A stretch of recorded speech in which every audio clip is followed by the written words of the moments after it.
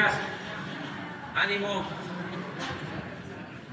Me da mucho gusto estar de nuevo aquí con ustedes. Primero agradecerle de todo corazón al pueblo de México por su apoyo, su solidaridad. Si digo pueblo, estoy pensando en casi todos los mexicanos que expresaron su preocupación por mi contagio de COVID. Hubieron muestras de cariño, muchas bendiciones, buenos deseos, cadenas de oración, mucha solidaridad. Se portaron, como siempre, muy bien. Es un amor recíproco, como siempre digo, amor con amor se paga. La gente llegó a preocuparse porque hubo sensacionalismo, amarillismo, mala fe. Pero afortunadamente salimos bien y aquí estamos, muy dispuestos a continuar con este proceso de transformación en beneficio de nuestro pueblo. Estamos bien y con muchos deseos de seguir transformando a nuestro país en beneficio de nuestro querido pueblo. Entonces vamos a informar el día de hoy.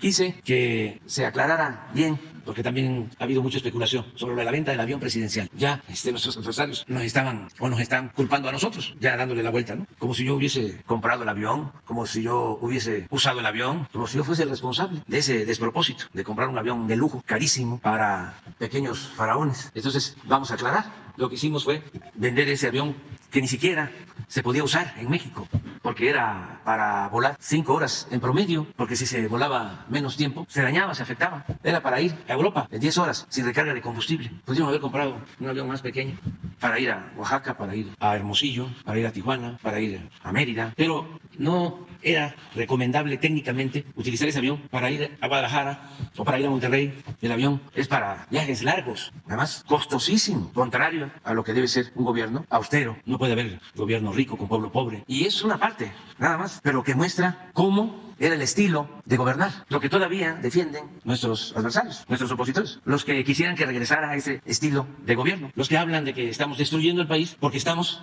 acabando, aboliendo todos esos privilegios. ¿Qué hemos hecho? Pues ya no hay pensiones millonarias a los expresidentes, que era una vergüenza que los presidentes de México terminaban y recibían una pensión general equivalente a 5 millones de pesos mensuales. ¿Cómo íbamos a continuar con eso? Eran los expresidentes con más pensión en el mundo. Pues teníamos que cancelarlo. Teníamos que cancelar la caja de ahorro especial para funcionarios de alto nivel, que costaba mantenerla 6,000 millones de pesos al año. Teníamos que cancelar el Estado Mayor Presidencial, que significaba mantener a un grupo de élite de 8,000 elementos de las Fuerzas Armadas para cuidar al presidente. Teníamos pues que terminar con la compra de vehículos nuevos para altos funcionarios públicos. Teníamos que terminar con oficinas que había en las ciudades más importantes del mundo, oficinas del gobierno, supuestamente para promover a México, manejadas con puro recomendado de las élites económicas y políticas que se daban la gran vida. Teníamos que terminar con fideicomisos que se creaban para todo y que costaban muchísimo dinero al pueblo de México. Teníamos que terminar con los altos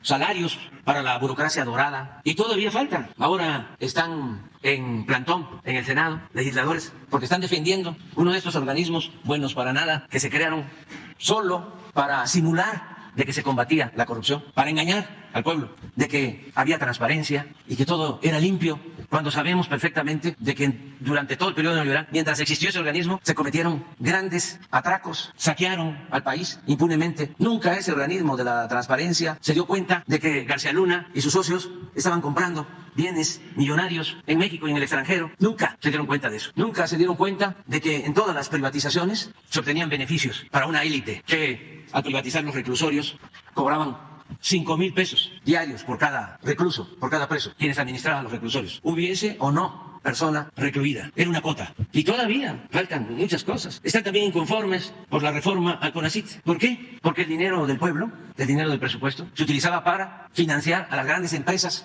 transnacionales, supuestamente para la innovación tecnológica. Mentira, era para estar subsidiando a estos grupos sin producir ciencia. Usaban el dinero del CONACYT para construir elefantes blancos, ciudades de la ciencia, construcciones lujosísimas. Ahí están, sin uso, porque son como cuerpos sin alma. Pero no les importaba la ciencia, no les importaba la tecnología, no les importaba la llamada innovación tecnológica. Lo que les importaba era robarse el dinero en la construcción de los edificios. Entonces, y todavía faltan muchas cosas. En el caso de la transparencia, imagínense lo sencillo que es que esa función la absorba el Poder Legislativo, que es un poder independiente, que tiene como facultad exclusiva aprobar el presupuesto público, en este caso la Cámara de Diputados y la Auditoría Superior de la Federación. ¿Y cuánto nos ahorramos por dejar de simular y de estar manteniendo a gentes que ganan salarios elevadísimos? ¿Cuánto nos ahorramos? 1,000 millones de pesos al año. Pero están molestos porque el gobierno corrupto de antes estaba ensimismado. Se tragaban todo el presupuesto. Era un aparato enorme, una burocracia dorada, onerosa, costosísima. Al pueblo no se le daba nada, solo volteaban a ver al pueblo cuando habían elecciones. Es cuando repartían migajas, dádivas, para obtener los votos, despensas, materiales de construcción, pollos, patos, chivos, borregos, puercos, cochinos, marranos, cerdos, frijol con gorgojo. ¿Qué les daba a la gente? Si el pueblo es el dueño del presupuesto, el presupuesto no es del gobierno, no es de una élite, no se conformaban con lo que robaban y querían más y más, como si no tuviesen llenadera. Y eso es lo que ansían,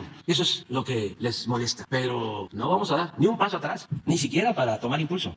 El proceso de transformación continúa, a robar a otra parte. Y si les importa mucho el ganar buen dinero como miembros de la burocracia dorada, que ya de una vez decidan irse al sector privado, que les paguen allá. Si están al servicio del sector privado, no están al servicio del sector público, ¿cómo les vamos a pagar con dinero del presupuesto para que estén solo como empleados de intereses particulares? De eso se acabó. Este es el caso de la señora que estaba en un instituto así también que crearon, supuestamente para evitar los monopolios, el de la competencia. ¿Cómo se llama? COFESE, que se dedicaba nada más, ese organismo lo crearon para que se debilitara todo el sector público y se le diese privilegio al sector privado. Para eso crearon ese organismo. Entonces, contra Pemex, contra la Comisión Federal de Electricidad, contra todo lo público, como el Poder Judicial, igual, que está hecho para apoyar a los que tienen con qué comprar su inocencia. Está hecho para proteger a las élites, no para defender al pueblo. Pues resulta que terminó la señora y a trabajar, o al menos le ofrecieron trabajo en Alfa, una empresa de Monterrey. Pues allá hay trabajo en Oxxo, en Kimberly-Clark, de Claudio X González, allá que se los lleven a todos y que dejen en el servicio público a gente que le tenga amor al pueblo, sobre todo que tenga un compromiso con los más humildes, que se queden los que quieren realmente servirle al pueblo. Hay muchos, qué bien que están ahí los senadores, ojalá y se queden más tiempo en el Senado, ahí en plantón, que acampen ahí para que vean lo que se siente. No vayan a salir como los de Frena, que vinieron aquí al Zócalo y no tardaron, porque pues no están acostumbrados. Puro fifí, ellos no saben de luchar en favor del pueblo. Pueden estar un día, 2 días, como si fuese una pijamada, ¿no? Pero van a extrañar las buenas comidas, los buenos cortes, los vinos, a lo que están acostumbrados, a darse la gran vida a costillas del erario. Hay que decirles, senadores, aguanten, senadoras, aguanten, legisladores, aguanta, legislador, aguanta, el pueblo se levanta. Sigan defendiendo la corrupción, sigan defendiendo los privilegios. Ahí la llevan. Y los medios de información, igual, lo mismo. Televisa. Estaba yo viendo lo de la rueda esta que hacen de prensa, 3er grado. Sí, se disculpan, ¿no? Que me daban por muerto, se disculpan. Pero al final la culpa la tiene Jesús y Adán, que no informaron bien. Como si yo me estuviese chupando el dedo, ¿no? Como si no supiera que no son medios de información, sino de manipulación. Y bueno, una primera parte del programa, ya con aplausos arriba Palacio, que dijo que le habían fallado sus fuentes. Aplauso, ¿no? Que sí le habían dicho, le había dado un derrame cerebral. Como Alarraqui, como muchos otros, que les fallaron sus fuentes. Pero después de eso, viene la segunda parte, y viene lo del INSABI. Y es, qué barbaridad, ¿cómo van a desaparecer el INSABI? Ya desaparecieron el Seguro Popular. Como si el Seguro Popular hubiese sido la panacea, si hubiese resuelto el problema de salud, cuando el Seguro Popular servía básicamente para permitir de que se robaran el dinero dedicado a la salud. Políticos corruptos, sobre todo en la compra de medicamentos. Eso ni era seguro, ni era popular. Pero ahora, a defender el Seguro Popular. Tengo una información que ojalá se pueda demostrar, de que la esposa del que era secretario de salud de FEN, en ese tiempo que se creó el Seguro Popular, vendían medicamentos. Y vendía un medicamento que luego COFEPRIS tuvo que prohibir, porque supuestamente era para bajar de peso. Un diurético, dañino. Eso era el Seguro Popular. 10 empresas le vendían al gobierno 100.000 millones de pesos en medicinas, caducas, adulteradas, con sobreprecios. ¿Por qué estamos llevando a cabo esta reforma? Porque se está buscando terminar de limpiar todo el sector salud, que como otras áreas del gobierno estaba infestada por la corrupción. Imagínense lo que hicieron con el ISSSTE. Estuvo ahí en el ISSSTE la maestra del Bester. Bueno, ella fue la que impuso a Yunes, exgobernadores del PRI, uno de Chihuahua y otros que se quedaron a saquear. Hasta para hacer un análisis de sangre había que ir a un laboratorio privado. Todos los servicios subrogados, subcontratados. El ISSSTE lo dejaron como un cascarón. Nada es del ISSSTE, hasta los quirófanos. Ahora que estamos buscando integrar todo, recuperar lo público frente a la privatización, nos dice el prestador de servicio, pues no se pueden llevar este quirófano o no pueden usarlo, porque no solo es el quirófano, la instalación eléctrica también es mía en el hospital. Bueno, ¿qué estamos haciendo? Fortaleciendo al ISSSTE para dar un buen servicio a maestros, a los servidores públicos. ¿Qué estamos haciendo? Fortaleciendo al Seguro Social como nunca para dar un buen servicio a los derechohabientes. ¿Qué estamos haciendo? Creando un sistema de salud pública para atender a los que no tienen seguridad social, como el modelo INS Bienestar. ¿A qué se dedicaba la Secretaría de Salud? A entregar dinero, a transferir los dineros a los estados. Ahora, la mayoría de los gobernadores han aceptado que se federalice los servicios de salud, que se federalicen los servicios servicios de salud y que exista atención médica, medicamentos gratuitos para toda la población. Y ya empezamos a mejorar todo el sistema de salud. Ya llevamos 14 estados y vamos a concluirlos todos. Donde no van a aceptar incorporarse a este sistema es porque tienen convenios con las empresas de antes que siguen vendiendo medicinas. Afortunadamente la mayoría de los estados ya está adherido a este sistema, estamos trabajando juntos y se están contratando médicos como nunca, estamos basificando a los trabajadores de la salud, estamos resolviendo el grave problema que nos dejaron estos corruptos de la falta de médicos, la falta de especialistas en el país. Ha sido genial el planteamiento que hizo SOE de que los jubilados del IMSS, especialistas, son 10,000 de 55 a 65 años. Yo aprovecho para seguirlos convocando. Ellos pueden seguir manteniendo su pensión, que por derecho les corresponde, y los podemos contratar por 5 años y nos ayudarían mucho con un sueldo justo, equivalente a lo que gana un especialista actualmente en el seguro. Pero de esa manera podríamos contar con todos los especialistas que requerimos en hospitales y tener los pediatras que requerimos y los cardiólogos que necesitamos en todos los hospitales del país. Todos los turnos, los fines de semana, porque ya tenemos 600 médicos especialistas de Cuba, van a llegar 600 más, pero ya no es posible contar con más médicos especialistas de Cuba, ya van a ser 1,200. Le agradecemos mucho al gobierno cubano. Por cierto, aprovecho para enviarle una felicitación al presidente Miguel Díaz-Canel, que fue reelecto para seguir gobernando el pueblo ejemplar, el pueblo independiente, digno, el pueblo hermano de Cuba. Bueno, entonces necesitamos contar con todos los especialistas. ¿Y por qué se hizo la modificación a la ley? ¿Por qué el INSABI pasa a formar parte de la Secretaría de Salud para funciones de carácter normativo? Bueno, porque ya tenemos el IMSS Bienestar y no vamos a tener dos instituciones. Necesitamos ahorrar, ser eficaces, no propiciar la duplicidad de funciones. No estamos para eso. Cuando llegamos, en cada secretaría había una oficina para derechos humanos. En cada secretaría había una oficina de comunicación social. Un desorden, un derroche. Porque, ya lo he dicho en otras ocasiones, el gobierno no estaba preparado para atender al pueblo. El gobierno era un facilitador de la corrupción. Era el instrumento para que se llevara a cabo el saqueo de bienes de la nación y también el presupuesto. El gobierno facilitaba el convertir lo público en privado, cuando los únicos negocios que deben interesar al servidor público son los negocios públicos. Pero no. El gobierno era un comité al servicio de una oligarquía y los funcionarios eran empleados. Tan es así que terminaban, hasta los expresidentes, su función. Imagínense el gran orgullo de representar a un país, la dignidad que implica ser presidente de México, para después terminar como asesor consejero en una empresa transnacional. Bertolt Brecht, búscame, tenía una frase extraordinaria. Decía, palabras más, palabras menos, que era reprobable el que el funcionario público terminara al servicio de intereses particulares, nacionales o extranjeros. Usa la palabra lacayo de potentados, de poderosos. Todo eso es lo que está cambiando. ¿Ya ven lo que me produjo el váguido? Bueno, vamos. A ver la cita. Esa es pero es otra. Para los jóvenes, el analfabeto político, el peor analfabeto, es el analfabeto político. No oye, no habla, ni participa en los acontecimientos políticos. No sabe que el costo de la vida, el precio del pan, del pescado, de la harina, del alquiler de los zapatos o las medicinas dependen de las decisiones políticas. Por eso hablo de que México es de los países con menos analfabetismo político en el mundo. Eso es lo que hemos logrado. El analfabeto político es tan burro que se enorgullece e hincha el pecho diciendo que odia la política. Esto seguramente lo han escuchado en alguna conversación. No sabe el imbécil que de su ignorancia política nace la prostituta, el menor abandonado y el peor de los bandidos, que es el político trapacero, granuja, corrupto y servil de las empresas nacionales y multinacionales. Hay otra, parecida a lo último, sobre lo último, pero está más concisa sobre esto. Sí, sobre el peor de los políticos. Es exactamente sobre el peor de los políticos. A ver si lo encuentra. Sí, el peor de los políticos es aquel, dice algo así. Parecido, pero a ver si lo busca. Muy bien. Jorge. Muy buenos días a todas y todos. Representantes de la prensa, señor presidente. Como les informamos hace una semana, hoy los vamos a informar sobre los detalles de la venta del avión presidencial y en los términos en los que se realizó. Antes de comenzar, quisiera mencionarles que esta venta se realizó bajo 4 criterios. El primero, se tenían que conseguir las mejores condiciones. Segundo, el precio no podría ser menor al valor comercial determinado por el INDAVI. Teníamos que atender en todo momento la normatividad aplicable y lo íbamos a hacer a través de una coordinación con las dependencias e instancias competentes. Ahora, si pasamos, por favor, a la siguiente lámina. Quiero que veamos esta lámina con mucha atención.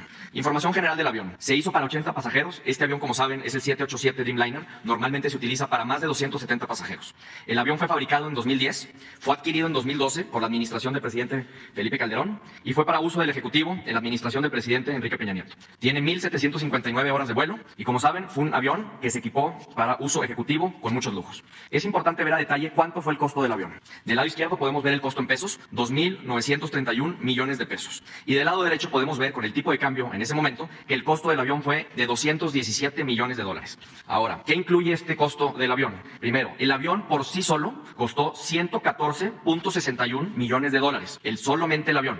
El equipamiento de la cabina costó 79.38 millones de dólares. Es decir, se usaron 80 millones de dólares de recursos públicos para mejorar las condiciones del avión, para hacerlo de lujo y para que estuviera en las condiciones en las que ustedes lo conocieron. No sé, Jesús, si podemos ver algunas imágenes de este equipamiento y este lujo que se puso dentro del avión. Bueno, como pudieron ver, se gastaron 80 millones de dólares en este equipamiento. Incluía una suite presidencial y una recámara de descanso. Tenía asientos de lujo, cada uno con su propia pantalla, escritorio, máquina para correr, salas ahí donde se podían discutir temas. Y también se invirtió 23 millones de dólares en refacciones y accesorios que se fueron utilizando en el tiempo y en algunos que también estamos ahorita comercializando para que se pueda lograr también su venta. Ahora, si pasamos a la siguiente lámina, aquí les queremos mostrar cómo evolucionó el valor comercial de esta aeronave. En la parte de arriba podemos ver el valor comercial en millones de pesos. Todos estos valores fueron determinados por el INDAVE en su año correspondiente. Inició el valor comercial en 2019 con un valor de 2.397 millones de pesos y fue disminuyendo hasta llegar al año 2023 a 1.657 millones de pesos. Esta baja en el valor comercial es con base en la depreciación esperada y también con las condiciones de mercado para aeronaves de este tipo. Y en la parte de abajo podemos ver cómo evolucionó en dólares con los distintos tipos de cambio y fue evolucionando de 125 millones de dólares en 2019, bajando hasta 91.5 millones de dólares en el año 2023, año como saben se concretó la venta. La venta se llevó a cabo con un proceso muy largo. Como saben, desde el 2019 estuvimos buscando comprador. Particularmente el 2 de diciembre de 2018 iniciamos con este proceso. El 13 de febrero de 2019 hicimos un acuerdo con la ONU a través de su oficina conocida como UNOPS para poder promocionar la venta de esta aeronave. El 22 de julio de 2020 regresó la aeronave de Victorville ya a territorio nacional para que la venta pudiera continuar desde el territorio mexicano. El 31 de marzo de 2023 finalmente se transfiere la aeronave al instituto para devolverle al pueblo lo robado, para que ahí se pudiera concretar la venta del avión. Y el 23 de abril del presente año se concreta finalmente la venta a la República de Tayikistán. Quisiera informarles también que durante 2019 a 2021 tuvimos 86 expresiones de interés, 86 personas interesadas que vinieron a visitar la aeronave, que pidieron informe, pero finalmente no se pudo concretar la venta porque no eran serias las ofertas o porque los precios estaban por debajo del valor comercial. En 2022 tuvimos 4 expresiones de interés y en 2023 tuvimos ya 4 expresiones de interés, la última de la República de Tayikistán que se pudo concretar. El proceso primero inicia con una expresión de interés, se llevaron a cabo inspecciones y pruebas muy detalladas de la aeronave, se llevaron negociaciones largas de los términos y condiciones de la aeronave, finalmente se llevó a cabo el cierre y el día de hoy estaremos entregando la aeronave. Tenemos información que se tratará ya de retirar la aeronave de territorio nacional hoy a las 3 de la tarde, está por confirmarse, pero ya está todo puesto en marcha para que así se pueda hacer. El comprador es el Comité Estatal de Inversiones y Administración de Propiedades Estatales, es una dependencia del gobierno de la República de Tayikistán. El precio pactado fue de 1.658.7 millones de pesos, es decir, 92.1 millones de dólares. La venta se llevó a cabo a través del Instituto para devolver al pueblo lo robado y se hizo con conformidad con el valor comercial determinado por el INDAVE. El proceso, como saben, fue muy detallado, fue constructivo y colaborativo y se llevó pues una coordinación muy eficiente entre el INDAVE, el Instituto para devolver al pueblo lo robado, la SEDENA y Banobras. Ahora les quisiera compartir algunos datos sobre la República de Tayikistán. Primero, es un país soberano ubicado en Asia Central, tiene una extensión de 144 kilómetros cuadrados, tiene una población de 10 millones de personas, un Producto Interno Bruto de 38.000 millones de dólares. Es importante mencionar que es miembro del Sistema de Naciones Unidas, incluyendo el Fondo Monetario Internacional, el Banco Mundial y la Organización Mundial de Comercio. Y también es importante avisarles que es un actor estratégico para los Estados Unidos de América por su situación geográfica. Principalmente este país participa con otros 4 países asiáticos en el diálogo conocido como C5+1, que es un diálogo con los Estados Unidos de América sobre cómo combatir el terrorismo y cómo mejorar la seguridad de la región. Y este país ha recibido más de 2.000 millones de dólares de apoyos de Estados Unidos desde 1992. Y ahí en la parte de abajo de la lámina les dejamos la liga a la Secretaría de Estado de los Estados Unidos para que puedan ver más información en esta materia. En la venta del avión, como mencionamos, el precio pactado fue de 1.658.7 millones de pesos. Es decir, ese es el monto que recibió el gobierno federal. Ahora, ¿cómo se utilizan esos recursos? Primero, como saben, hay un arrendamiento entre el gobierno federal, es decir, la Secretaría de Hacienda y Crédito Público y la SEDENA con Banobras. Este arrendamiento es entre el gobierno. El avión ya está pagado al 100%. El avión lo compró Banobras en 2012 y no se le debe ni un solo peso a ninguna entidad fuera del gobierno mexicano. El arrendamiento, repito, es entre la Secretaría de Hacienda y Crédito Público y la SEDENA y Banobras. Entonces, de los 1.658.7 millones de pesos, se van a utilizar 1.229.8 millones de pesos para saldar el pago del arrendamiento a Banobras. Se van a utilizar 196.8 millones de pesos para el pago de IVA y 33.2 millones de pesos para comisión del instituto para devolverle al pueblo lo robado, que como saben, cada vez que ellos dan un servicio, cobran una comisión. Y hay un remanente de 198.9 millones de pesos que se van a quedar en la tesorería de la Federación. Sin embargo, en Banobras nos hemos comprometido con el presidente y con la Secretaría de Hacienda y Crédito Público que lo que le paguen a Banobras se va a regresar en su totalidad al gobierno mexicano para que se pueda utilizar, esto a través de un aprovechamiento, para que se pueda utilizar para la construcción de 2 hospitales, uno en Oaxaca, otro en Guerrero, y poder así mejorar la calidad y los servicios de salud en esos estados. Entonces, repito, todo el dinero de la venta se queda en el gobierno mexicano. No tenemos que pagarle a ninguna entidad fuera del sector público. Ahora, algo que también queríamos compartirles, porque es importante mencionar, es cómo llegaron los recursos de la República Tayikistán a nuestro país. Y les voy platicando el flujo de estos recursos. La operación inicia del Banco Central de Tayikistán. Ellos realizan un depósito en dólares que es convertido a pesos a través del Banco Internacional de Pagos. El Banco Internacional de Pagos recibe el dinero. Ahí se mantuvo por unas horas en una cuenta de Banco de México. Banco de México, ya por instrucción del Banco Internacional de Pagos, transfirió los recursos a la cuenta de Commerce Bank, que es el banco corresponsal e intermediario de Tayikistán, en una cuenta de BBVA. Commerce Bank después instruyó a BBVA para transferir los recursos al instituto para devolver al pueblo lo robado a una de sus cuentas en HSBC aquí en México.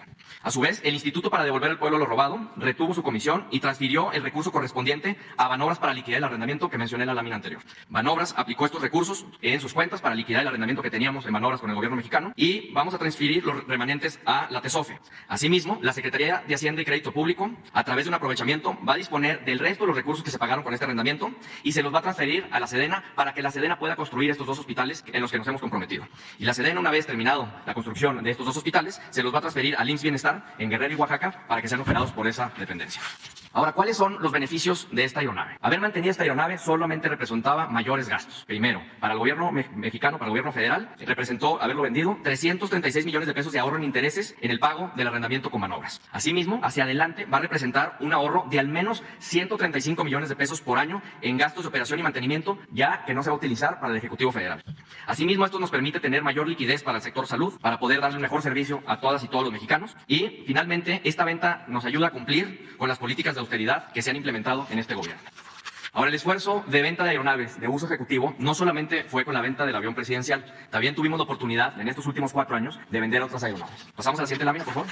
En total, vendimos 15 aeronaves, 10 aviones y 5 helicópteros. En esta lista de 15 aeronaves está incluida el avión presidencial. En total, de los recursos recibidos por la venta de las aeronaves fue de 2.740 millones de pesos. Y así como les presenté cuáles fueron los criterios que se utilizaron para vender el avión presidencial, se utilizaron los mismos para cada una de estas aeronaves. Y con esto cumplimos una de las promesas, que era reducir el uso de las aeronaves costosas, que requerían mucho mantenimiento y que se utilizaban solamente para transportar de uso ejecutivo de los funcionarios públicos. Con esto termino y agradezco mucho su atención. Muchas gracias, señor presidente. Sí. A ver, este avión presidencial fue uno de los primeros aviones producidos por Boeing. De hecho, es un prototipo y se utilizó para las pruebas, para encontrar. Este avión no fue de los que se fue comercializado a las aerolíneas. Las aerolíneas recibieron una generación después de esta. Ahora, tuvo algunos defectos de fábrica, algo que se fueron componiendo en el tiempo, principalmente en uno de los motores, y también este avión es un poco más pesado que los 787 Dreamliners que se utilizan en las aerolíneas comerciales. Y por lo tanto, pues ha tenido una depreciación un poquito mayor que otros aviones de este tipo. Pero el avión funciona bien, pasó todas sus pruebas, pasó todas las inspecciones y por lo tanto se concretó la venta y ya se lo van a llevar. Hoy se va a despedir el avión, se va a grabar la despedida, seguramente estaremos compartiendo imágenes más adelante, pero no va a haber una ceremonia específica. Sale del aeropuerto de la Ciudad de México. Sí, era un prototipo. Si bien recuerdo, fue el avión número 5, número 6, producido por Boeing, y por lo tanto, el avión que se vendió a las aerolíneas después de tuvo algunas modificaciones. Se compró este prototipo para no hacer fila, y por lo tanto, poder recibir este avión más rápido para que lo pudiera utilizar el presidente entrante en ese momento, el presidente Enrique Peña Nieto. En el valor comercial viene incluido el estado físico del avión, las condiciones del mercado y la depreciación que se va generando año con año en este tipo de... Todo eso viene incluido. De hecho, vamos a transparentar ese avalúo. El avalúo aquí lo tengo. Es producido por el INDAVI y, repito, incluye todos los aspectos físicos y condiciones actuales de la aeronave. Salió al precio de ese momento que valía esa aeronave con esas condiciones físicas. Si hubieran entregado, digamos, si hubieran pedido como sería normal, ¿cuándo se hubieran entregado el avión? No tenemos la fecha, seguramente hubiera tardado más tiempo. No, de hecho, qué importante que lo preguntan, se tiene que hacer un cambio de matrícula militar a civil, dado que ya no va a ser operado por la Sedena. Ese cambio de matrícula ya se realizó en estos últimos días, ya tiene una nueva matrícula, que es una matrícula civil. El comprador tuvo que contratar a sus propios pilotos y a su tripulación. Van a retirar la aeronave, esperemos que el día de hoy, lo van a llevar a Estados Unidos, donde ellos van a realizar ciertas adecuaciones y posiblemente algunos últimos mantenimientos para posteriormente pintarlo y llevárselo a su país. ¿Cuántas son las que se me van a enviar? No sé si tienen ahí. ¿Cuántas, perdón? De las piezas de refacciones, no sé si ya tienen el inventario de cuántos se me van a enviar. Sí, vienen incluidas unas refacciones en la venta, sin embargo la mayoría aún son propiedad del Estado mexicano. Se está negociando con el comprador para que las compren. Yo espero que en los próximos días a lo mejor podamos terminar con ese proceso y poder recibir aún más recursos por esas piezas que aún no se han vendido. No la tengo. ¿Perdón? ¿Podría precisar en cuánto en mayo cuánto costó corregido? El único fallo que no es un fallo, es una condición en uno de los motores. El motor todavía no se corrige, tiene todavía permiso para seguir volando. Lo que sabemos es que en los próximos alrededor de 2 años tendrán que hacer un mantenimiento mayor. El comprador lo sabe, está incluido en el avalúo y lo van a tener que realizar próximamente. El resto de las condiciones físicas, todo está en orden, está bien mantenido por la Sedena y no esperamos que tenga ninguna falla. Y de hecho tiene un seguro vigente que cubre la totalidad de la aeronave hacia adelante.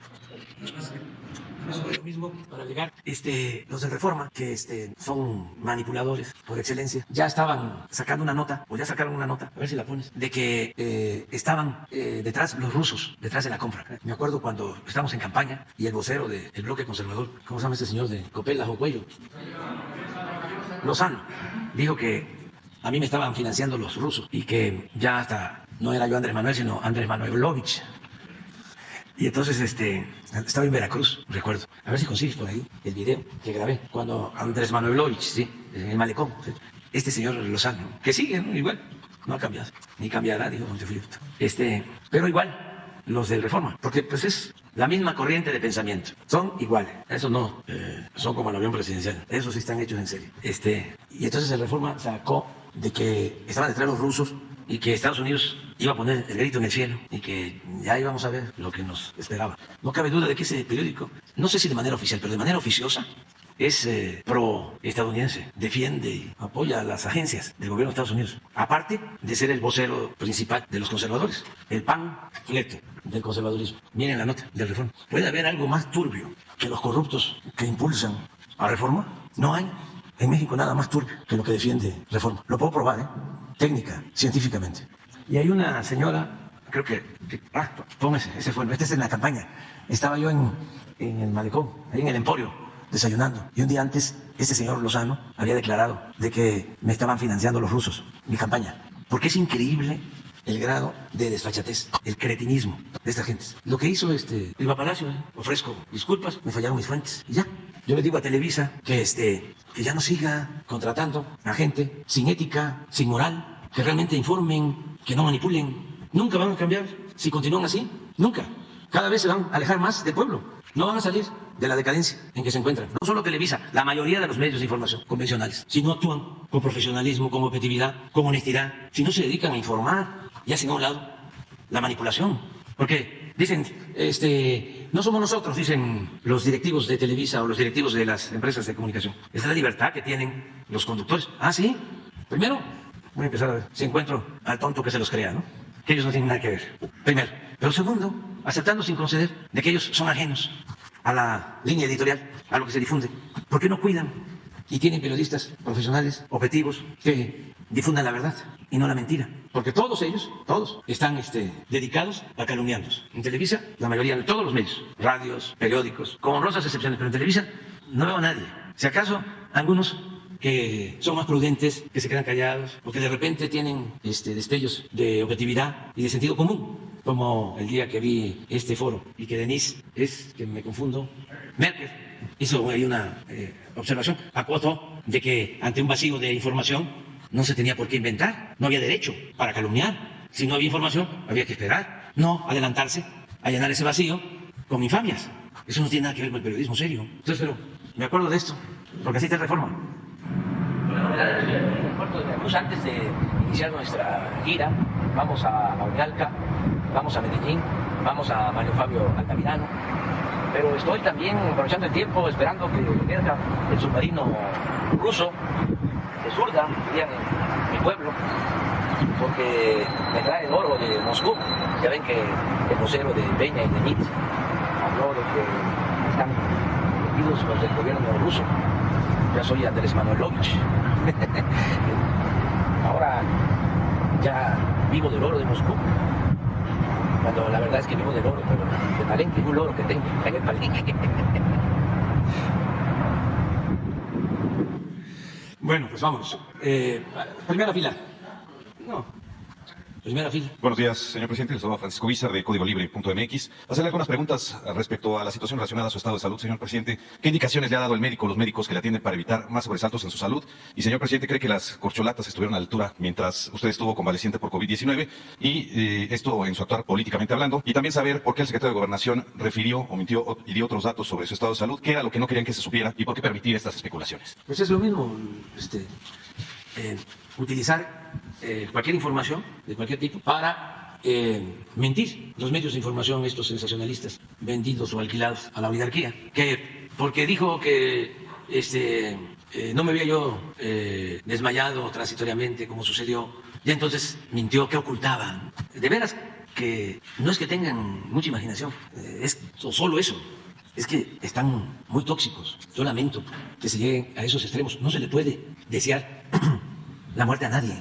Ya cuando alguien está en una situación así, es porque es muy infeliz, está muy vacío y de malas entrañas. Porque pues lo más importante en el ser humano son los sentimientos que deben de prevalecer en cuanto a la situación de otros. Esa es la esencia, pues, del humanismo, el amor al prójimo. Entonces, cuando lo que se desea es que le vaya mal a alguien, es porque se tiene un problema serio. Yo ahora que hice un video para aclarar, porque era mucho lo que se estaba desinformando, muchísimos rumores de todo tipo, hablé de que me dan sentimiento, o sea, estos personajes. Por ejemplo, ¿qué es? Los digo de manera respetuosa y les diría hasta con afecto, ¿no? ¿Qué es una persona como Alarraqui con esas actitudes? ¿Qué ejemplo le da a su familia, a sus hijos, a sus amigos, a su comunidad? Pueden tener muchos bienes materiales, mucho dinero, pero eso es muy indigno, muy degradante, inmoral. Entonces, eso es lo que puedo comentar. ¿Qué fue lo primero que me preguntaste? Lo primero es las indicaciones que le ha dado el médico o los médicos que lo atienden. Terminé ya mi tratamiento, ayer me hicieron la prueba, salí bien, ya, negativo. De todas maneras, pues los médicos recomiendan reposo, ya terminé mi tratamiento médico, nada más que trate de no fatigarme mucho, tomar mucha agua, eso además es lo que recomiendan para COVID y para otras enfermedades. Yo también lo recomiendo, es muy bueno el estar tomando agua y agua y agua, hidratar el cuerpo. A mí se me bajó la presión porque traían una deshidratación, entre otras cosas, la fatiga, la gripe, el COVID y me faltaba agua. Entonces, eso es lo que recomiendan. Acerca de el reposo, sí, voy a descansar, lo hago, me da tiempo, pero tengo una misión que cumplir. Ya falta poco, es hasta septiembre, como 1 año, 5 meses. Pero pues como trabajo el doble, quiere decir que me faltan 2 años, 10 meses. Entonces, tengo que seguir adelante, consolidar los programas de bienestar. Van muy bien todos los programas de bienestar: adulto mayor, discapacidad, las becas, el Sembrando Vida, el Jóvenes Construyendo el Futuro. Ahora estamos entregando los fertilizantes gratuitos a todos los pequeños productores del país. Todo eso lo tengo que continuar supervisando y dejarlo consolidado. En enero del año próximo hay un incremento del 25% a la pensión a los adultos mayores. Ya, me voy a ir, me voy a retirar, desde luego, si me lo permite el Creador y la ciencia y la naturaleza y la suerte. Me voy muy contento con eso, porque además ya está en la Constitución, son derechos que esté quien esté en la presidencia, no van a poder quitar. Cuando se aprobó esto, votaron en contra los panistas. Todo esto para que la gente lo vaya sabiendo, pero ya quedó establecido en la Constitución. Entonces, eso me produce pues mucha satisfacción, mucha tranquilidad. Todos los programas de bienestar. La economía está muy bien, el peso sigue fuerte, es la moneda que más se ha fortalecido en el mundo con relación al dólar. Muy fuerte el peso, se ha venido apreciando. Esto no se daba desde hace 50 años. Estoy también contento, satisfecho porque está bajando la inflación y esto ayuda mucho porque hemos aumentado el salario también, como no se hacía en 40 años, 50 años. El salario ha aumentado, pero si se mantenía alta la inflación, pues no se lograba un beneficio completo para los trabajadores. Afortunadamente ya está bajando la inflación, esto es bueno. También en términos económicos tenemos pues récord. Nunca se habían tenido tantos trabajadores inscritos en el Seguro Social. Estamos hablando como de, 21.700.000. ¿Sabe cuánto estamos hoy? 21.700.000. A ver si tenemos el último dato. Y además, lo que no se veía, hay escasez de mano de obra calificada, sobre todo en la industria de la construcción. No faltan fierreros, soldadores, así como estamos buscando médicos especialistas también. Hay mucha demanda de fuerza de trabajo.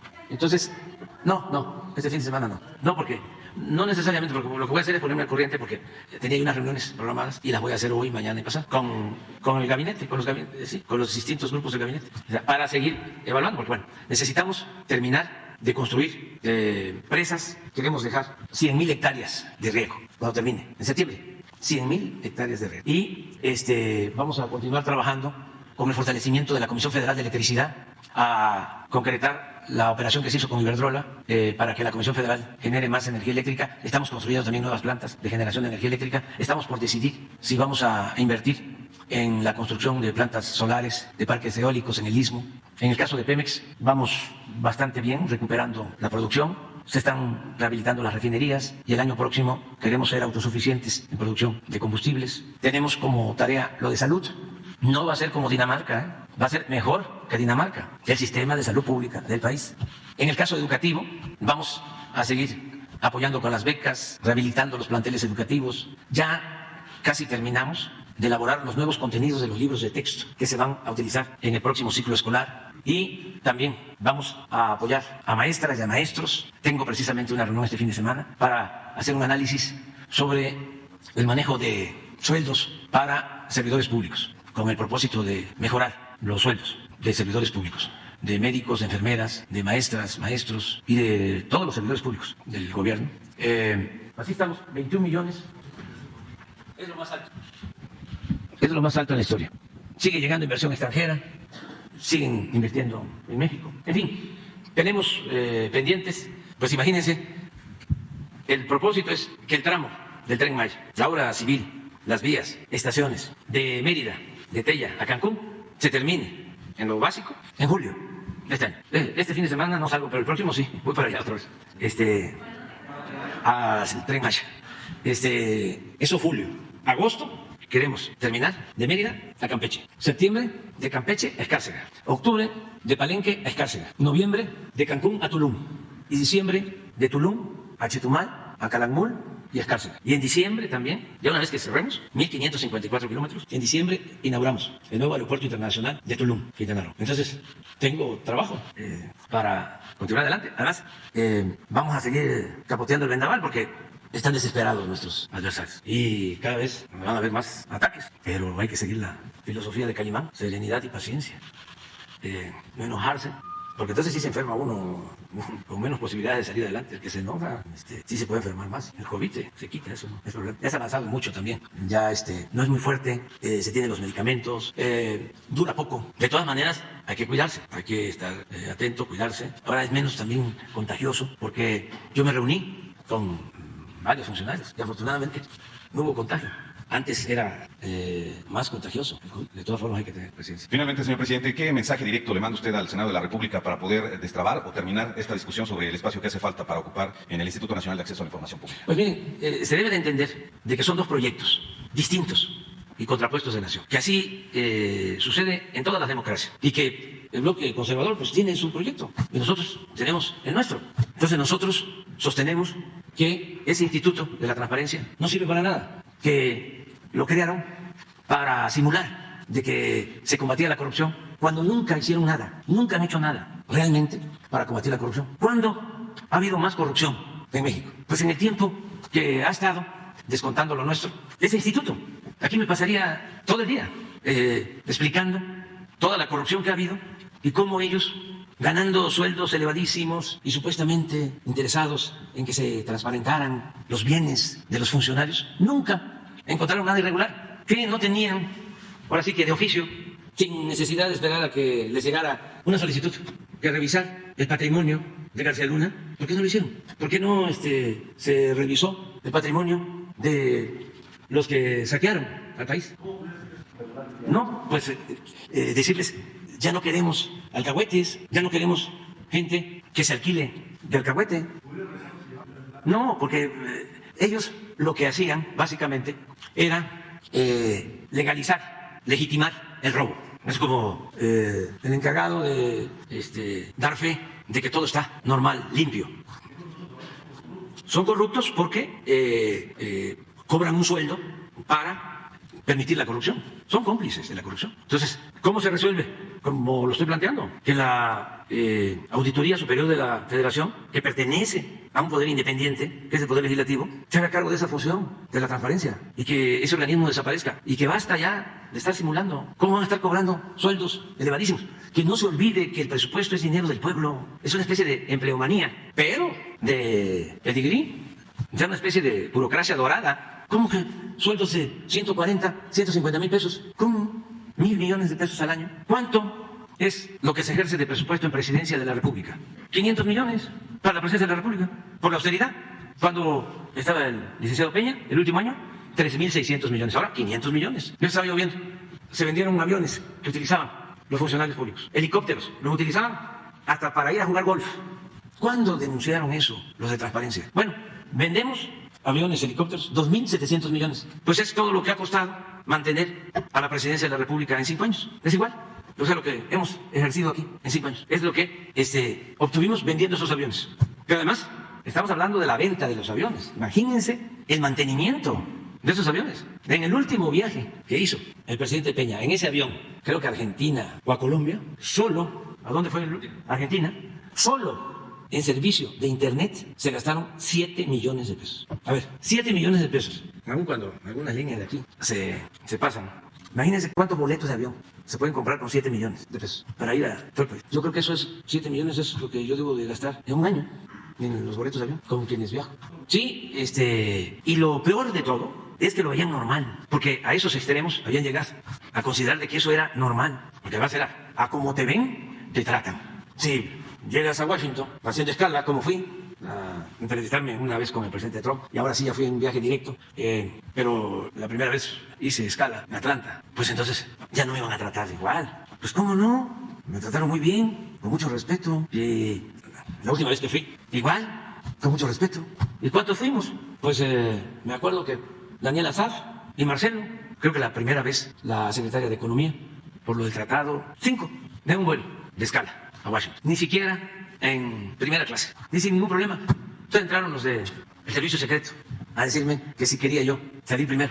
Dije, no, igual. Pero había mucha fantochería. Ahora que utilizo el helicóptero de las Fuerzas Aéreas para la supervisión del Tren Maya y tenemos que atravesar, o a veces aquí, en el aeropuerto, que salimos en el avión de la Fuerza Aérea. Me dice el comandante Rosales, que es un maestro que me da mucha confianza porque ha formado a muchos pilotos de helicópteros. Entonces me dice, le informo, presidente, que pues antes se usa mucho en el lenguaje de los funcionarios decir, pedir la atención. Pedimos la atención a la torre, entonces paraban el aeropuerto para que pasara el helicóptero. No. Era porque el presidente tenía preferencia. Bueno, yo recuerdo hace poco de que iba a salir el presidente en un avión oficial y ponían soldados en la pista. Una exageración. Entonces le dice el comandante Rosales, oiga, siempre nos dicen que si queremos la atención y les digo que no, pero quería consultarle, presidente, ¿hacemos bien? Claro que hacen bien. Ya se acabó eso, de cerrar las calles, toda esa prepotencia, fantochería. Eso no es el poder, eso es prepotencia. Eso, pues, es actuar de manera acomplejada. El poder solo tiene sentido y se convierte en virtud cuando se pone al servicio de los demás. O para decirlo de manera más rápida y clara, el poder es humildad. Cuando vean a alguien así, político, ¿no? Todavía los hay, que hasta le abren la puerta del carro y anda con 3, 4 carros detrás, 3 adelante, y bajan los trajes de los guardaespaldas, pero de primera, y lentes negros, tirando aceite. Y luego sale el jefe, ¿no? Ya eso, ya no se ve bien. Hemos avanzado mucho, bastante en eso, y vamos a seguir. Entonces, la propuesta es que se pongan de acuerdo, es una recomendación, para que esa institución pase a formar parte de la Auditoría Superior de la Federación, que sigan solicitando información, pero que no simulen, porque además saben que todos ellos, los consejeros, propuestos por los líderes de los partidos, los defienden, ¿no? Los líderes de los partidos. Además, establecieron como norma que son inamovibles y que duran en su cargo, algunos hasta 12 años. Imagínense, una beca con el dinero de la gente, de mucha gente que lo necesita. Ofrezco disculpas por las molestias que causan estas medidas, pero las vamos a seguir haciendo. Y como decía Juárez, avancemos, porque si algún día, yo no espero que pronto, regresan, los conservadores, que les cueste trabajo dar marcha atrás a todo lo que se haya logrado. Por eso es que dicen, ¿cuál es la prisa? Claro que tenemos prisa para avanzar, avanzar, avanzar. Es una transformación y que les cueste, que no sea un asunto fácil. Esto, por ejemplo, de la Guardia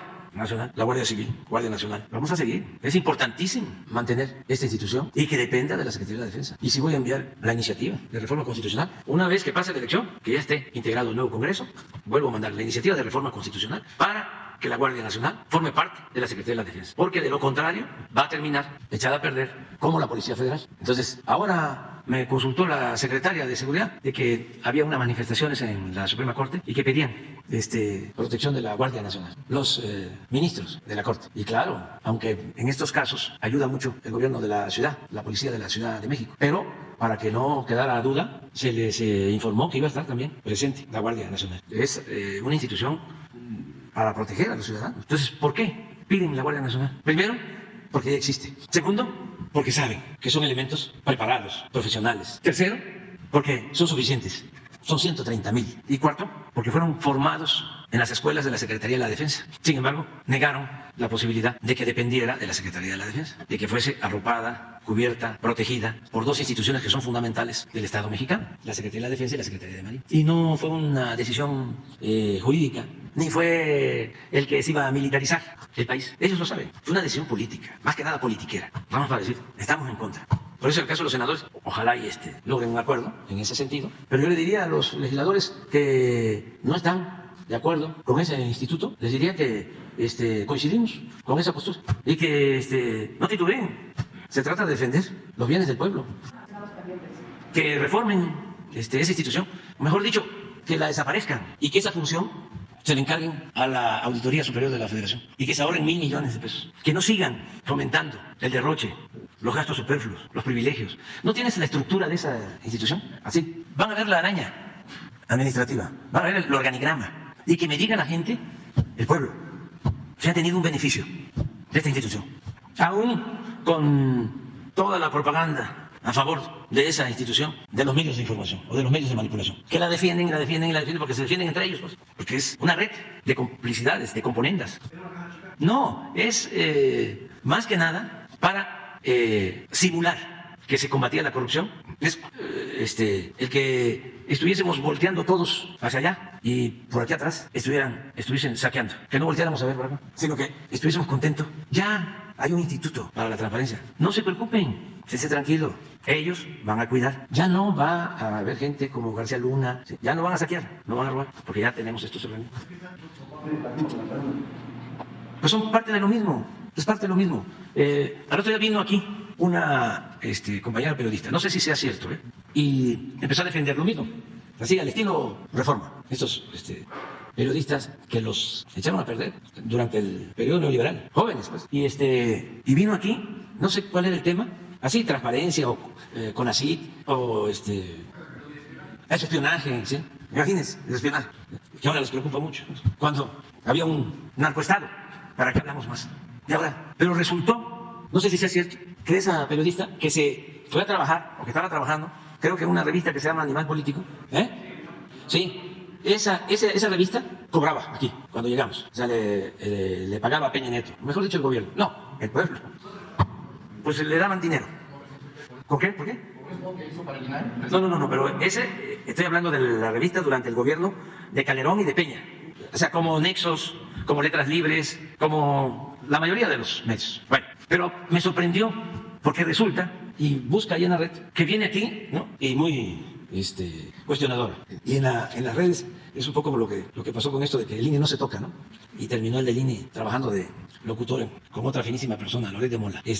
Pero engañó a muchísimo, ¿no? A muchísima gente. Bueno, cuando vino la compañera, los adversarios nuestros, ¡bravo! ¿Sí? Esta es la periodista que vino. ¿Quién sabe si sea cierto? ¿Sí es verdad? ¿Sí? Esta es la transparencia. A esa periodista que vino aquí a cuestionarnos, le pagaron 324,000 pesos, creo que 2 meses, por un trabajo de 2 meses. Por ahí debe estar la información. Ese es el contrato. Esa es la transparencia. Pero ahora ponme la araña. Mire. Direcciones generales estas. Y estas son sí. Secretario de Acción, de Acceso a la Información. Hay muchísima información en México. ¿Hay información o hay manipulación? Ahí se los dejo de tarea. Secretaría Ejecutiva, Secretaría de Protección de Datos Personales. Esto lo hacen muy bien, porque son tapaderas. Guardan todos los datos de los corruptos. Servicio Ejecutivo del Sistema Nacional de Transparencia. Servicio Técnico de Secretaría Técnica del Pleno. Bueno, y ya dependen, miren, ¿tienen comunicación social aquí también? A ver. A ver si está comunicación. Dirección General de Administración, Dirección de Asuntos Jurídicos, aquí está, Dirección General de Comunicación Social y Difusión. Imagínense, ¿cuántos? ¿Y cuánto ganan? ¿No tenemos ahí el sueldo? Sí, de los comisionados. Pues eso es lo que están defendiendo. Por eso hicieron el paro, el plantón, los senadores. Ojalá y se queden más tiempo, unos 15 días cuando menos. No, porque se tienen que aprobar. Ah, no, sí. Sí, porque técnicamente pues, se llama detener el reloj. ¿Sí? El reloj legislativo. Entonces, hasta que haya condiciones. También lo pueden hacer legalmente. Pero yo no recomendaría eso. Yo diría que esperaran, que estén ahí más tiempo. Sí, y que estén ahí más tiempo, a ver si van a poder, si todos son fifí, eso no están acostumbrados, pues, a dormir en el suelo. Pues claro que no se van a quedar mucho tiempo. Pues sería bueno un mes o dos. O sea, no pasa nada, no pasa absolutamente nada porque es como un amparo. Las cosas quedan como están y una vez que se resuelve, pero sirve mucho, a mí me va a servir para estar aquí informando sobre estos senadores, porque ahí hay senadores que recibieron apoyos, dinero para aprobar reformas, y hay que aprovechar de una vez, para decir quiénes son los que protestan. O sea, a ver, Madero, por ejemplo, que fue el que firmó con el licenciado Peña el pacto contra México, llamado Pacto por México. Entonces, ahí vamos a ir viendo. ¿Cómo? No, es que tenemos que seguir informando, porque la mayoría de los medios convencionales no solo atacan, sino guardan silencio cómplice en todo aquello que no les conviene. Entonces la gente desconoce muchas cosas. Ahora ya hay mucho más información por las redes sociales. Antes tenía un control casi absoluto. Por eso la actitud de Televisa y de algunos medios que no han entendido de que las cosas ya cambiaron. Y ellos se quedaron en el almanaque. ¿Cuánto ganan? Eso es aparte, los 36. 140,000. A ver, ¿cuánto gana un maestro? Ahora estamos buscando. A ver, pon la gráfica de los salarios promedio de los trabajadores inscritos al Seguro Social. Aquí estamos hablando de 106 más 36. ¿Cuántos son? 142, ¿no? 142. ¿Cuánto es al diario? Ayúdenme. 142 al mes, ¿cuánto es diario? 4.700 diario. Van a ver lo que gana en promedio un trabajador inscrito de los 21.700.000 que están inscritos en el Seguro Social. Y han aumentado. Aquí está. 527 en promedio. Y ha aumentado como nunca, pero miren, promedio, el total de los trabajadores de promedio, 527. Sí. Y acá quedamos que son ¿qué? Sí, porque aquí es bruto, no son netos, habría que ver, pero casi son 10 veces. Bueno, un maestro, que eso es lo que estoy ahora resolviendo. Hay maestros, un porcentaje considerable, que gana menos que esto, que lo que gana un trabajador promedio inscrito en el Seguro Social. Un maestro. Entonces, no. Ahora, si comparamos esto con lo que gana un ministro de la Corte, estamos hablando de 25 veces más. Por eso, aquí aprovecho para celebrar que la nueva presidenta del INE ya se redujo el sueldo. Lo que no hizo el que se fue de locutor con Loret de Mola. Que por cierto, Loret no ha dado a conocer cuánto le costó el departamento de lujo, de gran lujo, en la Ciudad de México, más 6 departamentos que tiene. Creo que Miami tiene uno. Y una casa en Valle de Bravo, pero casa, una mansión. Y ahí sí que nos diga quién pompó. La casita, quién pompó. Ponga Chicoche, ¿no? Ponlo. Esa. No sé. No sé. Eso lo saben ustedes, ahí en el Economista. No, ¿cómo se llama? Financiero. Sí. Financiero. Otro pasquín. Ahí no hay tampoco nadie que haga periodismo profesional. Pues un periodista al servicio de los potentados. Hay una palabra más precisa, pero es muy fuerte y no la quiero usar. Pero les pagan, pues, muy bien, para eso.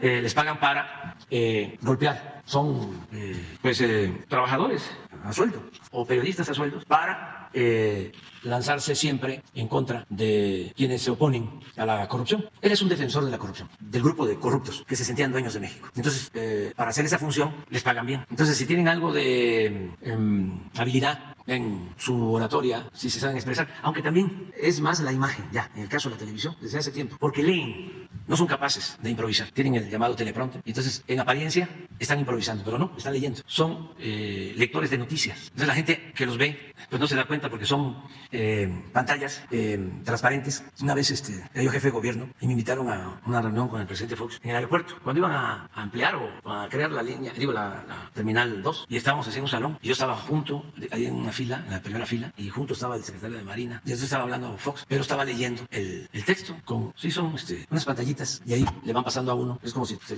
tuviese este texto, yo estoy así, y me ponen otra cámara acá, y leo aquí, y luego leo acá, y ustedes piensan, además porque se mueven las manos, los capacitan para eso. Entonces eso lo manejaba el Estado Mayor, pero de repente estaba hablando así, y se apaga teleprompter, sí, se le apaga, y entonces empieza Fox a decir, pues imagínense, si uno va leyendo, no hiciste tu discurso, no lo está sintiendo, pues todo es mecánico, ¿no? Como robot. Entonces, si se interrumpe, ¿qué digo? ¿En qué me quedé? ¿O cómo continúo? Y entonces Fox dice así, pásale, o sea, porque no le pasaba lo siguiente, se atoró. Y entonces todos los que estábamos en la primera fila volteamos a ver hacia atrás, pues pásale, pues están entrando unos, ¿no?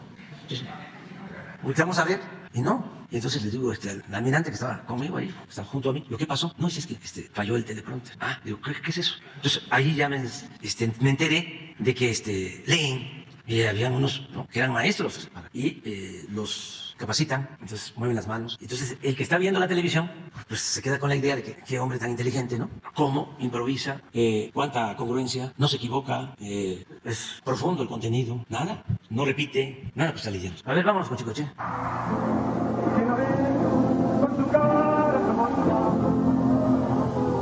Quiero ver destrozando corazón.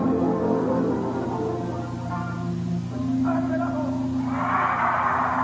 ¡Más fuerte! Muy bien, ahora bailamos. Quiero ver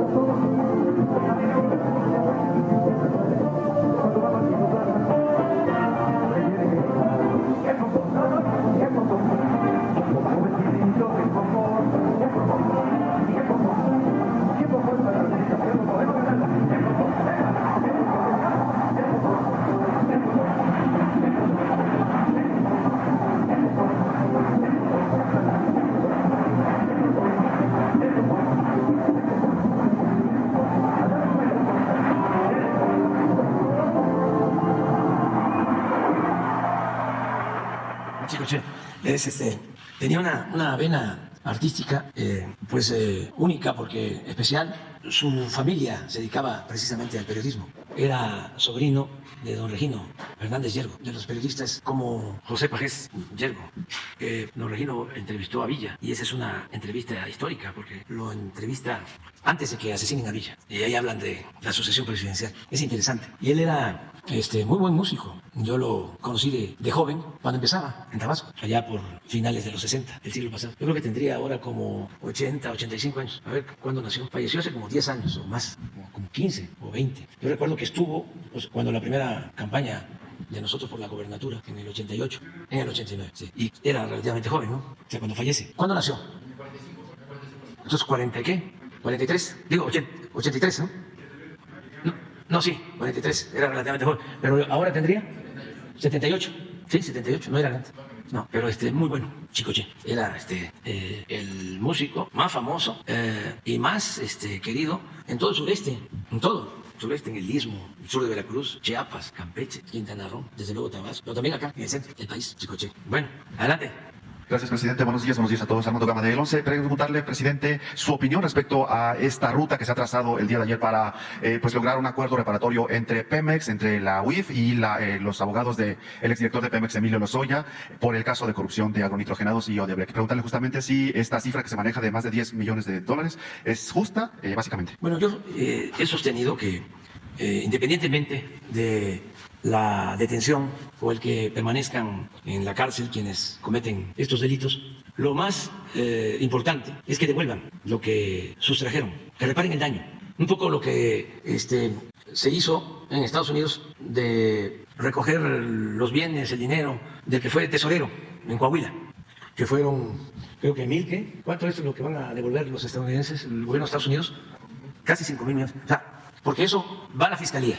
Y por ley, la Fiscalía lo tiene que entregar al Instituto para devolverle al pueblo lo robado. Entonces ese dinero regresa al pueblo, independientemente del juicio. Eso es lo principal. Pero tiene que ser una cantidad considerable, de acuerdo a lo que se prueba, que se sustrajo ilegalmente, que devuelvan el dinero, que se repare el daño. Eso es lo principal. Lo demás, pues de acuerdo a las leyes, pueden seguir su juicio en sus casas, pero que devuelvan el dinero. Lo mismo en el caso del abogado Collado, cuando me han pedido opinión, que devuelvan el dinero, porque también resulta que se llevan el dinero al extranjero, y allá lo que es nuestro, lo que es del pueblo de México, se lo apropian. Entonces, esa es mi recomendación, y tener mucho cuidado con el Poder Judicial, porque como muchos de esos presuntos delincuentes, presuntos corruptos o corruptos, tienen muchos abogados, tienen mucha influencia, jueces, magistrados, ministros, de repente un amparo. Miren lo que hicieron el mismo día que están juzgando a García Luna. Aquí, de pura casualidad, le descongelan la cuenta a su esposa por órdenes de un juez del Poder Judicial. Entonces, si se llega a un acuerdo de reparación del daño, yo lo veo muy bien, porque es el colmo. Miren, cuando Salinas de Gortari, Raúl Salinas de Gortari, se hace un juicio, se le condena, no sé si lo condenaron, y se demuestra, porque hasta intervino el Senado de Estados Unidos, de que sacó del país $100 millones. Bueno, sale de la cárcel y le devuelven todo el dinero por órdenes de los jueces del Poder Judicial. Por eso digo que el Poder Judicial no defiende al pueblo. Ahora porque la Fiscalía ha estado pendiente y ojalá sigan atentos. Además, ya no es el tiempo de antes. Cometen un atropello y lo denunciamos. Al juez, al magistrado, al ministro, que sea. Acabo de estar en Veracruz, la semana pasada, y no sé si tienes ahí la imagen de que construyeron por puro influyentismo los del gobierno del PAN de Veracruz, Yunes y socios, sin permiso, una torre en el puerto, en el centro histórico. Ahí está, este es el edificio del Faro de Venustiano Carranza, donde se llevó a cabo, o donde fue asiento del gobierno revolucionario, y se expidieron leyes importantes como la ley agraria del 6 de enero de 1915. Y aquí está el puerto de Veracruz, que es la historia de México. Pues ¿cómo les permiten ahí construir ese adefesio? Y todos los jueces al servicio del poder económico y del poder político. Todos los amparos a favor. ¿Qué no podían descopetar ahí? Vamos a decir, ya estaba, hasta donde están los vidrios ahí, quiten el copete. Porque en otras vistas se ve el puerto. Además es historia, es belleza, es patrimonio histórico. Aquí se expidieron las leyes de reforma. Aquí estuvo Juárez gobernando durante mucho tiempo. Carranza en la época de la Revolución.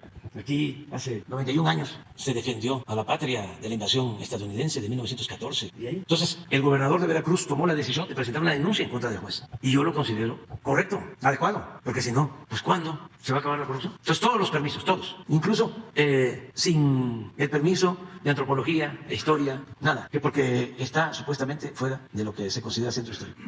Entonces, eso es lo que... Gracias, presidente. Y en este mismo asunto del ex director de Pemex, preguntaré su opinión respecto a la advertencia o la amenaza que hace la defensa justamente de Emilio Lozoya al señalar al expresidente Enrique Peña Nieto de estar justamente detrás de toda esta trama de corrupción por agronitrogenados y Odebrecht. La amenaza incluso de que hay condiciones y es viable que las autoridades puedan exigir la extradición del expresidente desde España para que responda por todas estas actos de corrupción. ¿Cuál es su opinión al respecto? Pues que es parte del proceso. Se supone que si se convierte en testigo protegido, o si es testigo protegido, tiene otro nombre, colaborador, criterio de oportunidad. Entonces se hace por dos cosas, a partir de dos elementos. Uno, que devuelva, que ese para mí es el más importante. Y dos, es que dé más información sobre los actos de corrupción. O sea, en este caso, ¿quién le ordenó lo de nitrogenado? O sea, ¿quiénes fueron los que participaron junto con él? Porque él sí tiene responsabilidad, fue el director de Pemex. Y quien compra esta empresa chatarra, agronitrogenados, es Pemex. Pero ¿quién ordenó comprarla? Entonces se puede decir, ¿quién hizo el trato? Si intervino Salinas, si intervino Peña, si fue un negocio en las alturas. Pero él sabe. Lo de Odebrecht, que es otro asunto. También, ¿quién le ordenó? Pero hay otra cosa que también es muy importante, de algunos de los que están ahorita haciendo el plantón. ¿Quién le ordenó darle dinero a senadores y diputados del PAN para que aprobaran la reforma energética? Él puede hablar eso. ¿A quiénes les dio? ¿Cuánto? Eso es importantísimo también, como colaborador. Y otro asunto, a los periodistas que les dio, porque ni modo que no entregó dinero a periodistas, regalos, todo eso ayuda. Es decir, bueno, ya cooperó, devolvió el dinero, pues que siga su juicio en libertad. Pero si no devuelve el dinero y nada más va a decir, ¿es Peña Nieto? No, a ver, son las dos cosas. Informa bien para que continúe la investigación y devuelve el dinero. Devolviendo el dinero, ya, es un avance. Pero lo que sucede es que a veces no quieren devolver nada. Porque está ese mal ejemplo que les estoy señalando, lo de Raúl Salinas. Como en ese entonces tenían el control absoluto de los poderes. Solo faltó que le ofrecieran disculpa. Pero demostraron de que transfirió de México a Suiza, en un banco de Estados Unidos, $100 millones. Hubo una comisión del Senado de Estados Unidos que hizo la investigación. Incluso creo que cesaron al director o al gerente de ese banco. Famoso. Son todas esas cosas que deberían los académicos de la ciencia social estar investigando para los jóvenes, porque van a querer que se produzca amnesia. Pero olvidemos todo eso. Hay que informar sobre el pasado. Ahí está la sobrina de Salinas de Gortari en el Senado, también. Es lo mismo. Protestando también en la piñamada. ¿Qué otra pregunta? Insistirle, presidente, en la cifra de más de $10 millones. ¿Considera usted que es suficiente esta acción preparatoria? Pues eso lo tienen que ver los funcionarios, pero 10 millones se me hace muy poco. O sea, pero yo no... es que 10 millones son 200 millones de pesos. Eso, o sea, ¿cuánto entregó a los legisladores? Fue muchísimo más que eso. ¿Y de dónde salió ese dinero? Entonces, que hagan bien las cuentas. ¿Cuánto fue el pago extra o excedente en la compra de agronitrogenados? Creo que hubo un avalúo de 200, 300, 200, creo, no menos, 200. Y lo vendieron y la compraron en la planta, creo que al doble, en dólares, 200 millones de dólares y pagaron el doble. Y era una planta que estaba convertida en chatarra. De esas historias de estos conservadores corruptos. Primero, privatizaron Fertimex y entregaron las plantas a sus allegados. Esa planta la entregaron a uno que fue gobernador de Coahuila, amigo de Salinas, Montemayor. O a él le llegó a Montemayor, y Montemayor se la vendió a Ansira. ¿Cómo se llama la empresa de Ansira?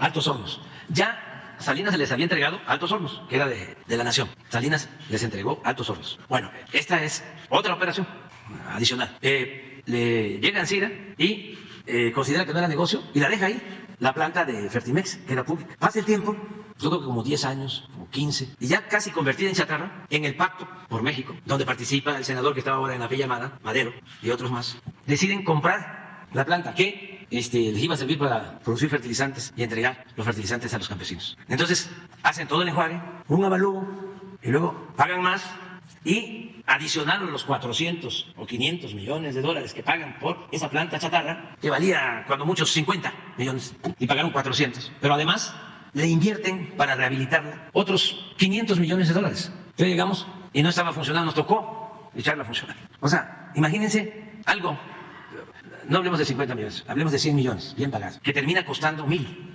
Es una pérdida o un robo de 900 millones de dólares, 18,000 millones de pesos. Una operación. ¿Cuándo iba a salir el país así? Adelante. Entonces, 10 millones de dólares por todo eso. Imagínense el avión, el Reforma, todos estos corruptos, ya dándole la vuelta, ¿no? De que lo habíamos rematado. La pregunta de allá del compañero del Financiero, ¿no? Acerca de, y el de Perfecto, ¿no? Cuando lo que debería de hacer el Financiero es denunciar a quien compró el avión, a quien usó el avión. Claro que hubo un desperfecto. No solo fue el deterioro, porque año con año ustedes compran un vehículo y se va deteriorando, va costando menos. Pues es lo mismo. Pero además aquí, de fábrica, porque ¿qué les iba a importar? A ellos lo que buscaban era el lujo, sentirse machuchones. Traer un desperfecto el motor, o uno de los motores, que con el paso del tiempo, eso que era una cosa mínima, se fue haciendo más grande, sin riesgo. Nada más que ese motor que se iba a cambiar, si hubiese estado bueno de fábrica en 20 años, ahora hay que cambiarlo en 10. Y eso significó una reducción en el precio. Pero hay otro dato que sería extraordinario que el Financiero lo diera a conocer. El costo del lujo del avión, que significó casi el mismo precio. A ver, ¿por qué no pones la lámina? Porque una cosa es lo que cuesta el avión y otra cosa es lo que gastaron, aparte, para acondicionarlo. Entonces, ayuda mejor. En dólares, sí. Esto costó el avión, 114 millones. Pero convertirlo en un avión de lujo de 260 sillas a 80, en ponerle alcoba, baño especial, varios baños, dormitorios, salas de junta, todos los lujos, 79 millones de dólares. Casi lo mismo que el avión. Y si nos metemos, porque eso lo podría hacer el Financiero, que nos ayude. A ver, un desglose de esto, porque estoy seguro que aún con todo el lujo, no costó 79 millones. O sea, que aquí se robaron una buena cantidad. Es como otro dato para el Financiero, que sería buenísimo que hicieran la investigación. ¿Saben cuánto costó el hangar presidencial? Como era tan grande el avión, porque de eso no hemos hablado. A ver, pon el avión, donde está estacionado. Se ve uno pequeño, aunque Napoleón decía que la grandeza se medía de la cabeza al cielo. Pero miren lo grande, impresionante. No hay un avión en México de ese tamaño, o sea, que vuele en México. Sí están los que vuelan a Europa. Aeroméxico tiene de estos, pero viajan a Europa. Estos no van a Guadalajara, ni van a Mérida, ni van a Hermosillo, de este tamaño. Bueno, ¿cuánto costó hacerle el hangar? A ver si no tienes otra foto para que se vea más el hangar. Es una estructura de acero. 1,000 millones. 1,200 millones de pesos. El puro hangar para guardar el avión. Entonces, era mucho el saqueo, el bandidaje oficial. Y todo esto en asociación delictuosa con traficantes de influencia. Algunos disfrazados de empresarios. Ah, no eso. Pues imagínense, 8,000 elementos del Estado Mayor Presidencial. Cuando ese prototipo está consciente de estas fallas, de lo que informaba tanto el Yo creo que no. No creo. Yo creo que eso fue en las primeras veces que los llevaron a mantenimiento, le encontraron. Y luego los compradores, porque acuérdense que hicimos un convenio con la ONU, así fue, ¿verdad? Y ellos hicieron una revisión a fondo. Y todavía, en los últimos tiempos, se encontró de que esa falla mínima ya era mayor. Sin embargo, no significaba ningún peligro. O sea, sí podía volar, sí puede volar el avión, sin problema. Nada más que se acorta el tiempo de cambio de motores, de turbinas. De los grupos, ¿existen los contratos y tienen conocimientos de qué empresas fueron? Todo, tenemos todo. Todo. No, la instrucción que tiene Jorge es poner todo en el internet, en las redes. Y con un relato para ir explicando, ¿no? Y cuando se compró esa unidad, ¿se le dijo al gobierno turno que era un prototipo? ¿Está viendo que estaban conscientes de que era un prototipo? Sí, sabían. Sí. Estaba disponible y por eso decidieron esto. El mismo Calderón lo explica. ¿Por qué no pones a Calderón? Le tiene la gana. Pero no puede costar 1,000 millones. O sea, ¿quién lo hizo? IGA, una empresa. IGA, del señor Hinojosa, la que tuvo que ver con la Casa Blanca. Sí. Pues incluía todo. El Estado Mayor era pues un cuerpo de élite, que era el que tenía más cercanía, incluso más que la Secretaría de la Defensa, con el presidente. Ganaban más los que estaban en el Estado Mayor, tenían alimentación especial, hasta importaban los alimentos y eran intocables. No sé si una vez les platiqué de que iba Fox a un viaje a España, a Cantabrias, y me platican de que llegaron un mes antes los del Estado Mayor y patrullas con torretas, que la gente pues allá no estaba acostumbrada a eso, con una prepotencia penosa, pues. Y los mejores restaurantes y todos los bares cerrados. Y creo que ya después llegó de visita Fox al mes y ya se salieron, pues descansó la gente de allá, ¿no? Pero fíjense, de pena ajena. Y bueno, hay historias de esas, muchas. Ah, no, pero es no. Ah, ahí es con él. Yo pensaba que era lo otro. A ver, ¿por qué no pones lo otro? También lo que dijo de que tenía fuentes muy confidenciales sobre mi estado de salud.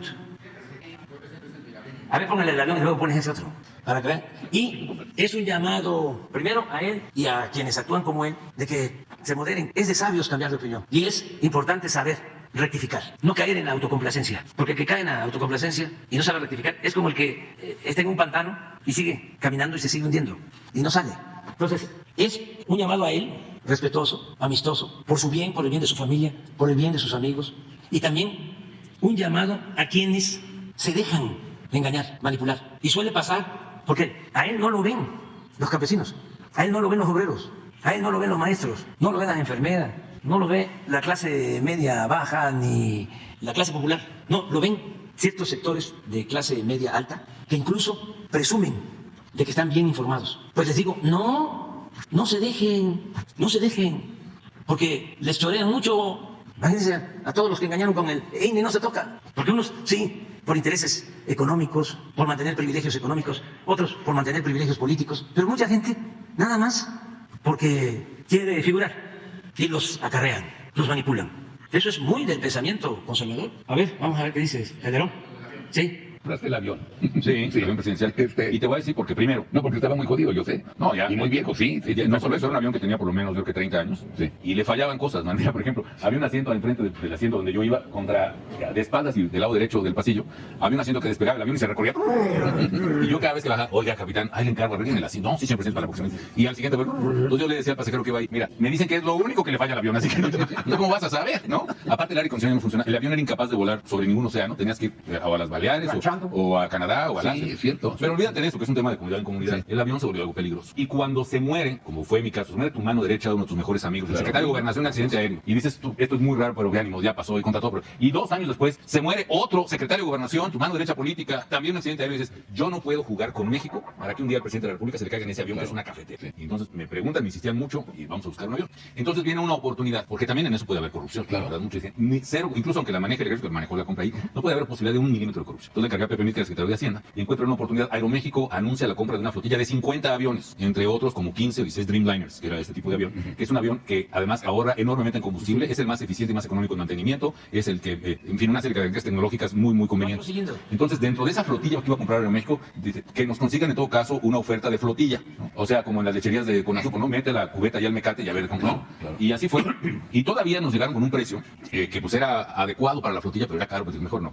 Y entonces la propia Boeing vino con nosotros. Dijo, oigan, entendemos que su problema puede ser de presupuesto. Nosotros tenemos un avión ya usado, Dreamliner, que es el que usamos para los ejecutivos y además el que se usa de muestra. Es como en las agencias de coches. Siempre hay un carrito que lo tienen para desgaste, ¿no? Ese avión es el que se compró, que fue 60% más barato que el precio de flotilla. Un avión usado. Y en realidad el precio que nosotros pagamos fue de como de $103 millones, que es muchísimo más barato que muchos otros aviones en el mercado. Ya lo que hizo el presidente Peña y su equipo, que fue a acondicionarlo internamente, ya fue su bronca. Igual pudo haber puesto asientos de vinilo o pudo haber puesto puertas con chapa de oro. Ya no fue mi bronca. Pero la compra del avión fue una compra sensatamente económica. Ahora, también le reconozco a Andrés Manuel, le dio al clavo con un sentimiento de rechazo al lujo y a la frivolidad, que honestamente también se exacerbó mucho en el sexenio pasado, digamos, a unos excesos de frivolidad increíbles. Entonces, todos esos detalles que lucen convenientes en la decisión de Estado de proteger al presidente y de proteger a los pasajeros, porque miren, a ver, ¿qué tal si alguien se va a andar contra la seguridad del presidente en uno de esos aviones? O un pequeño detalle, ¿dónde se siente el presidente de la República cuando viaja en los aviones comerciales? En la salida de emergencia. ¿Cuáles son los requisitos para la salida de emergencia? Estar en condiciones físicas aptas para poder operar la salida de emergencia en caso de accidente y ayudar al resto de los pasajeros. Lo dejo hasta ahí. Pero la verdad es que no es conveniente ni para el público en general que el presidente ande volando en aviones de línea. ¿Qué pasó con Ovidio? El día que lo agarran y lo sueltan, que eso de que el presidente sabe todo, pues no es cierto, fue el presidente que no sabía, ¿no? Pero bueno, ya, en fin. Pues soy fortachón. Bueno, ahí está la cuestión. ¿Cómo le llaman ustedes cuando un compañero exhibe a otro compañero? ¿Ah? Balconea. Sí, balconeó al otro presidente. Al presidente Peña. No, le dicen, antes le llamaban, me llevó a la tinta. No, ¿cómo es? Me llevó el papel. ¿Ah? Me echó el papel, eso es, me echó el papel. Pero bueno, esa es una. A ver, pero ya vieron cómo a la verdad que ahí, ¿no? Cuate, ¿no? Miren acá. Es imposible decir nombres. Muy confiable dentro del círculo de Andrés. Por fuentes fidedignas sé que AMLO tuvo un evento cerebrovascular y que está internado en un hospital del Distrito Federal. El jefe médico del hijo de una amiga se lo comunicó a su mamá. Se lo trajeron de Mérida en avión militar. Lo están atendiendo de un evento cerebrovascular. Lo está atendiendo el jefe de mi amiga que es neurocirujano. Y luego llegó un Twitter. Seguro ya saben del COVID del presidente, pero esa no es la nota. La nota es, se rumora que le dio preinfarto con evento de cerebrovascular, o sea, hemiplegia. Se le paralizó el lado derecho y se dice que citaron a todos los médicos, cardiólogos y neurólogos del hospital militar. Y otro amigo me dice que esta es la... Hasta ahí nada más. Sí tengo paralizado toda la parte derecha y la izquierda, pero al triple. Bueno, vamos a desayunar porque entonces sí podemos padecer de un váguido. Vamos a desayunar. Mañana, no, el lunes.